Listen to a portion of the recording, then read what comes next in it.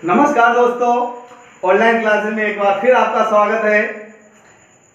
आज जो हम बात करने वाले हैं, जो हमारा टॉपिक है वो है राज्यपाल। हमने राज्यपाल के संदर्भ में कल की क्लास में बहुत कुछ चर्चा की है, उनके बारे में एक हल्का सा ब्रीफ हम एक बार देख लेते हैं, पुनः देख लेते हैं क्या चर्चा की हमने। राज्यपाल के पद की बात की, उससे पहले राज्यों की वर्णन किया।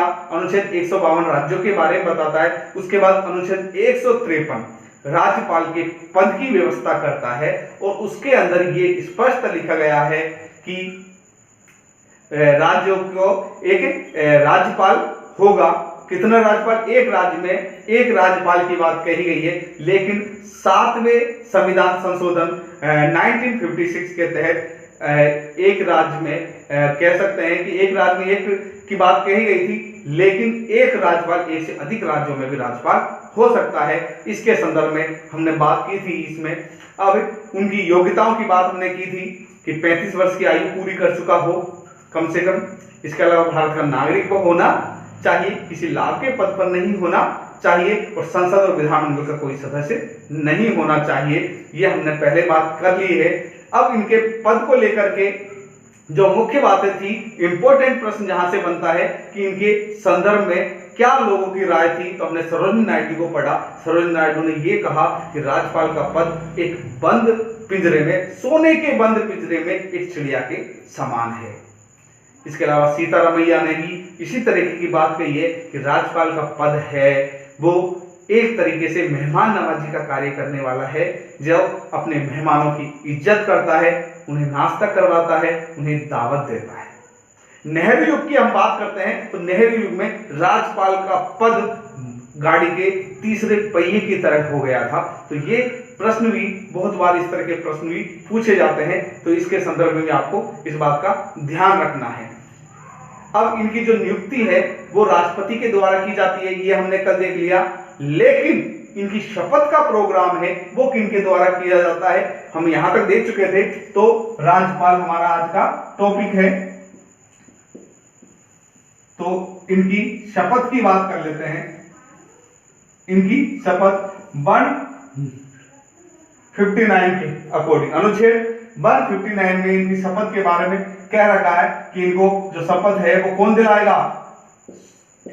हाई कोर्ट का मुख्य न्यायाधीश इनको क्या दिलाएगा? शपथ दिलाएगा। हाँ, तो शपथ की बात कहां कर रखी है? अनुच्छेद 159 के अंदर इनकी शपथ का उल्लेख है और जिसमें ये स्पष्ट कहा गया है कि हाई कोर्ट अर्थात उच्च न्यायालय का मुख्य न्यायाधीश राज्यपाल को शपथ दिलाता है। इसके अलावा हमने देखा राज्यपाल रहता कहां है, इनके भवन को क्या कहा जाता है? तो राजभवन इनको कहा जाता है। कहां रहता है? राजभवन में। इनके निवास स्थान को क्या बोलते हैं? इस तरह का प्रश्न पूछा गया था, इसलिए मैं आपको अलग से ये करवा रहा हूं। निवास को क्या बोलते हैं? राजभवन कहा जाता है। तो राज्यपाल कहां रहता है? राजभवन में रहता है। हम तो राज्यपाल के पद के बारे में सब कुछ जान चुके हैं और आज जो जिसके संदर्भ में हम बात करने वाले हैं वो इनकी कार्य एवं शक्तियों के बारे में आज हम बात करेंगे। राज्यपाल की कार्य एवं शक्तियां।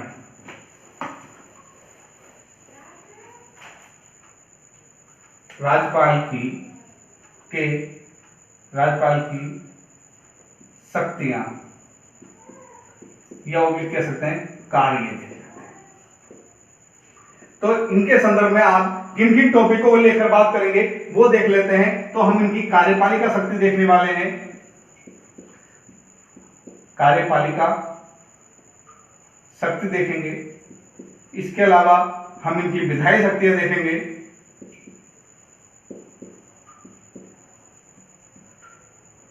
हम इनकी न्यायपालिका संबंधी शक्ति भी देखेंगे। आपातकालीन शक्ति देखेंगे।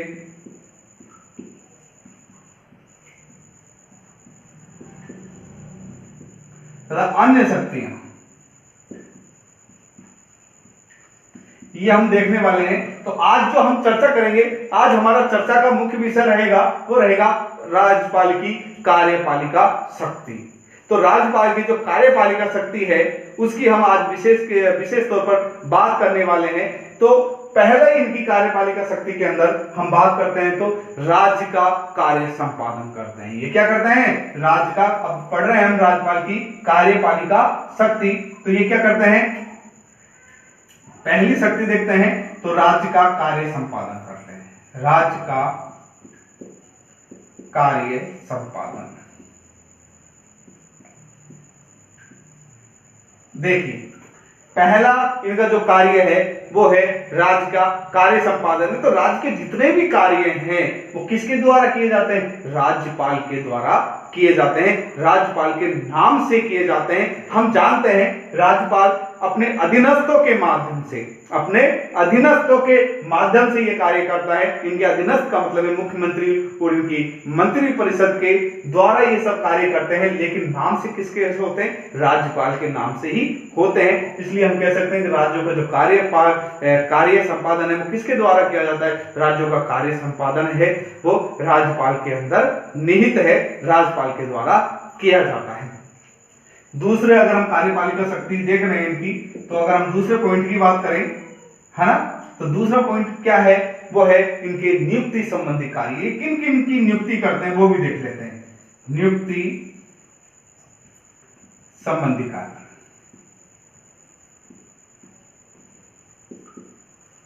देखिए राज्यपाल की नियुक्ति संबंधी कार्य एक विस्तृत इनको एक प्रकार की शक्तियां प्रदान करते हैं। तो इसके अंदर वो मुख्यमंत्री की नियुक्ति करते हैं। किसकी नियुक्ति करते हैं? अगर हम बात करते हैं तो मुख्यमंत्री की,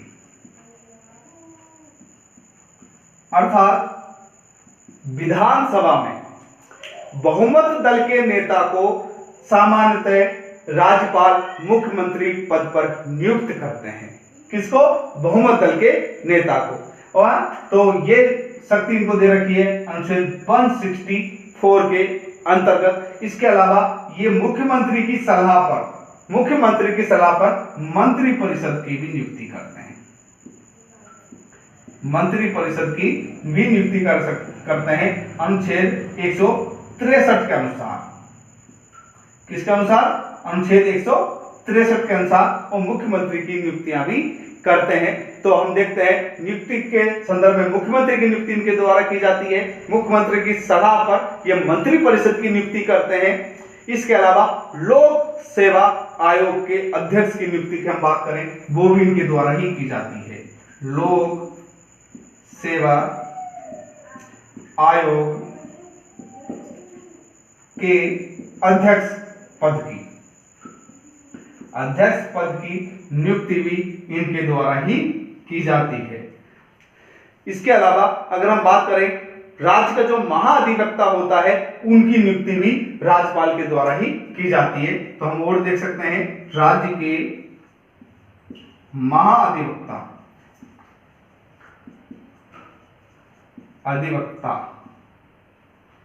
की नियुक्ति भी इनके द्वारा की जाती है।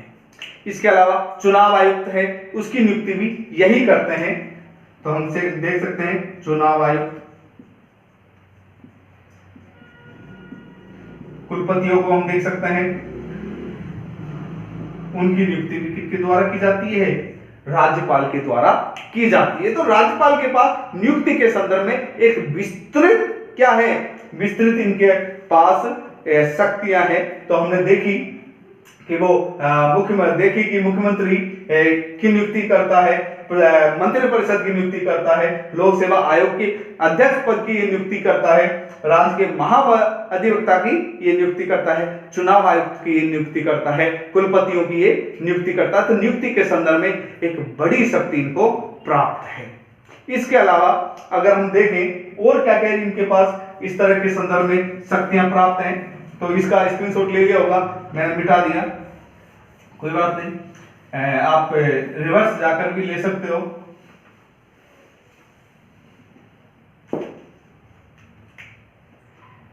तीसरी अगर हम बात करते हैं, है ना, तीसरी कौन सी इनके पास शक्ति है, तो उसकी अगर हम बात करें तो ये शपथ दिलाते हैं। किसको?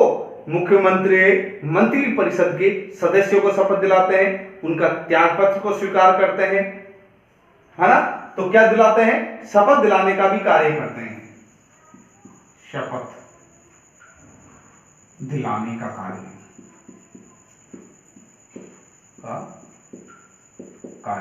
अब इस संदर्भ में इनको यह कहा गया है या तो शपथ ये खुद दिलाते हैं या अपने द्वारा नियुक्त किसी के द्वारा ये शपथ दिलाने का कार्य करते हैं। इसके लिए ये क्या करते हैं, एक प्रोटेम स्पीकर को नियुक्त करते हैं। किसको नियुक्त करते हैं, एक प्रोटेम स्पीकर को नियुक्त करते हैं, प्रोटेम स्पीकर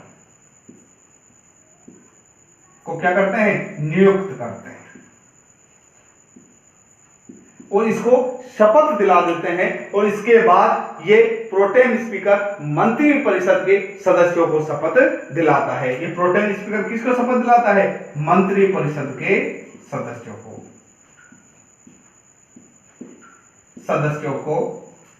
शपथ दिलाता है। तो मुख्यतः शपथ दिलाने का कार्य राष्ट्रपति के द्वारा ही किया जाता है, वो राज्यपाल के द्वारा ही किया जाता है, लेकिन वो अपने द्वारा नियुक्त किसी व्यक्ति को नियुक्त कर सकता है।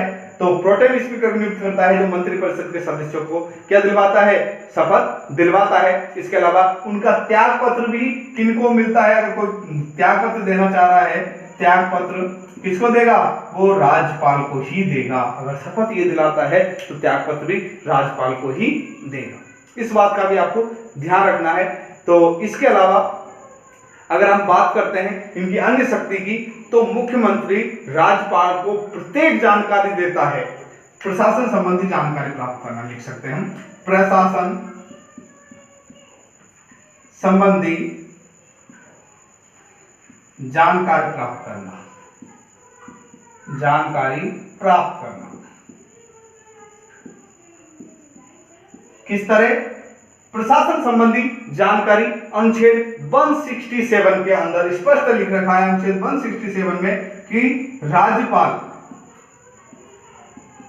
मुख्यमंत्री से, किससे, मुख्यमंत्री से जानकारी प्राप्त करेगा और मुख्यमंत्री का यह परम कर्तव्य है कि वो अनुच्छेद 167 के अनुसार राज्यपाल को प्रशासन संबंधी जानकारियां देगा। तो जानकारियां प्राप्त करना भी एक इसकी कार्य एवं शक्तियां के रूप में है। तो इस बात का भी आपको ध्यान रखना है। तो ये आपने लिख लिया होगा, लिख लीजिए अगर नहीं लिखा है तो, ठीक है। आगे हम बात करते हैं और क्या क्या शक्तियां हैं।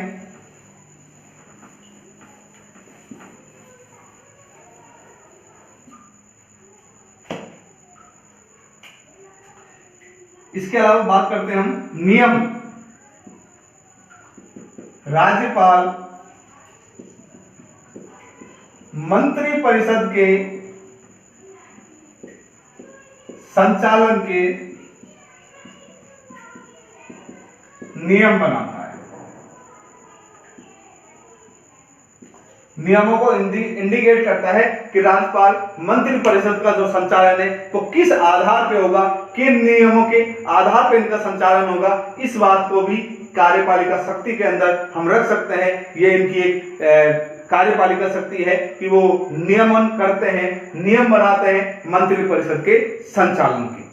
तो इस तरह राज्य की कार्यपालिका शक्ति मुख्यतः राज्यपाल के पास ही होती है, वैधानिक रूप से राज्यपाल के पास होती है, लेकिन वास्तविक रूप से इनकी शक्तियों का जो उपयोग है वो मुख्यमंत्री और मंत्री परिषद के द्वारा ही किया जाता है। इसके अलावा अगर हम अन्य शक्तियों की बात करें इनकी जो कार्यपालिका शक्ति के अंदर हम रख सकते हैं, इसके अलावा अन्य कार्यपालिका शक्ति में एक शक्ति और इनके पास है जिसकी भी हम चर्चा कर लेते हैं, संवैधानिक तंत्र की रक्षा करना। इंपॉर्टेंट शक्ति इनकी कार्यपालिका शक्ति में संवैधानिक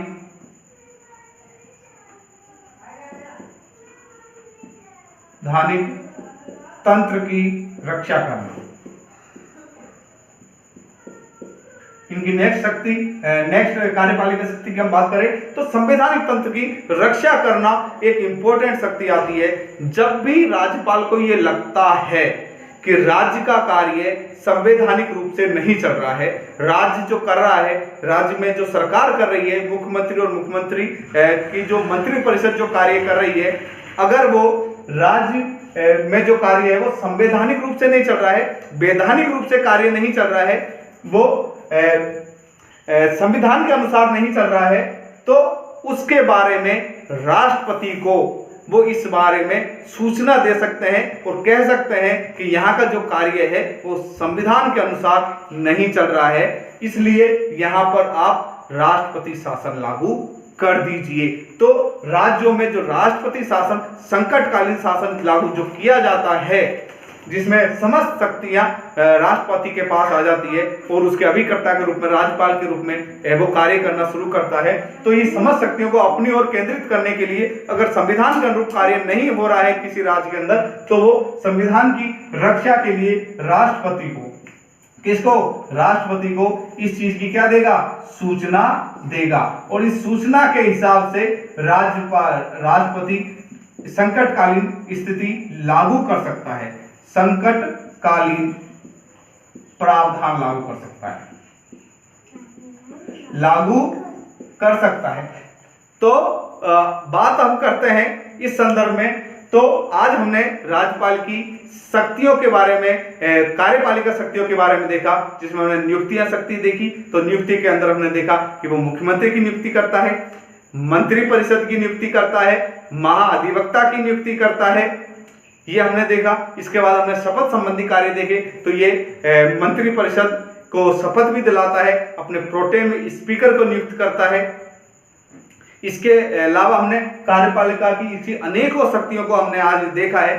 तो कल हम पुनः आपके सामने आएंगे, इनकी विधायी शक्तियों के बारे में, राज्यपाल की विधायी शक्तियों के बारे में बात करेंगे। तब तक के लिए धन्यवाद। जय हिंद।